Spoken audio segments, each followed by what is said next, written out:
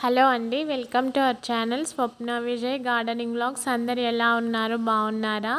నేను ఈరోజు ఈ వీడియోలో మా టెర్రస్ గార్డెన్లో నేను పెంచుకున్న కొన్ని ఆకుకూర మొక్కలను అయితే నేను మీకు ఈ వీడియోలో షేర్ చేస్తూ నాకు తెలిసిన ఇన్ఫర్మేషన్ అయితే నేను మీతో ఈ వీడియోలో షేర్ చేసుకుంటానండి. మా ఇంట్లో ఏ కూరగాయలు ఉన్నా లేకపోయినా ఏదో ఒక ఆకుకూర అయితే ఖచ్చితంగా మా టెర్రస్ గార్డెన్లో ఉంటుందండి. అయితే అది పాలకూర కావచ్చు, చుక్కకూర కావచ్చు, లేదు బచ్చల కూర కావచ్చు, గంగవాయిల కూర కావచ్చు, ఇప్పుడైతే ఇంకా గోంగూర, ఇవన్నీ ఇందులో ఏదైనా ఒకటైనా కనీసం ఉంటుందండి. వారంలో మేము ఖచ్చితంగా 2 సార్లు అయితే ఆకుకూరలు తింటూనే ఉంటాము. సో మిగతా కూరగాయలు పెంచేదానికంటే కూడా ఆకుకూరలను పెంచడం అయితే చాలా అంటే చాలా ఈజీ.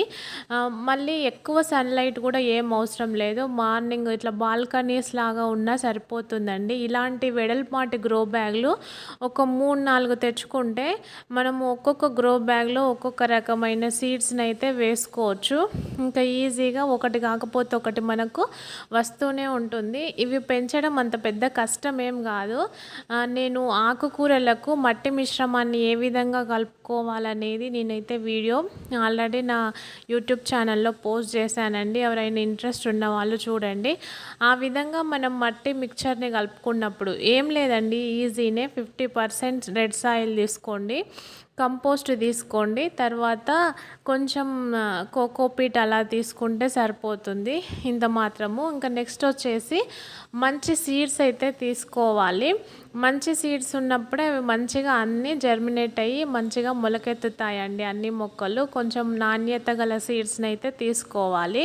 ఇంకా కొంచెం షేడెడ్ ప్లేస్లో పెట్టుకోవాలి. మార్నింగ్ ఎండ వస్తుంది కదా, సన్లైట్, అంత సన్లైట్ ఉంటే సరిపోతుందండి. మొక్కలు మంచిగా గ్రో అవుతాయి. ఇంకా మనం సాయిల్ మిక్చర్లోనే మనము మీకు ఆవు పేడ కానీ మాగిన పశువుల ఎరువులు కానీ తీసుకున్నట్లయితే మనము ఒక 2 to 3 టైమ్స్ మనం ఈజీగా ఆకుకూరలను అయితే హార్వెస్ట్ చేసుకోవచ్చండి. మళ్ళీ వాటికి సపరేట్గా ఫెర్టిలైజర్స్ ఇవ్వాల్సిన అవసరం ఏం లేదు. మన రైస్ కడిగిన వాటర్ ఇస్తే సరిపోతుంది. ఇంకా ప్రత్యేకంగా ఎలాంటివి ఇవ్వాల్సిన అవసరం లేదు. మామూలుగా కూరగాయల మొక్కలకైతే 1-2 సార్లు ఫెర్టిలైజర్స్ మనం ఇచ్చుకోవాలి.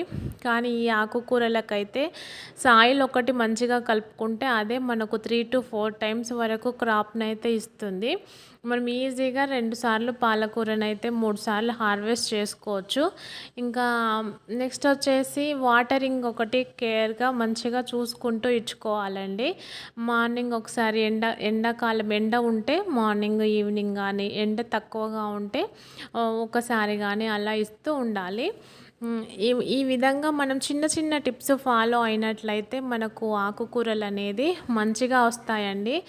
ఇక్కడ చూస్తున్నారు కదా, దీన్ని తోటకూర అంటారు. తోటకూరలో టైప్స్ చాలా ఉంటాయి. చిన్న ఆకులది ఉంటుంది, ఇది పెద్ద ఆకులది, ఇంకా వీటికంటే కూడా పెద్ద ఆకుల తోటకూర కూడా ఉంటుంది.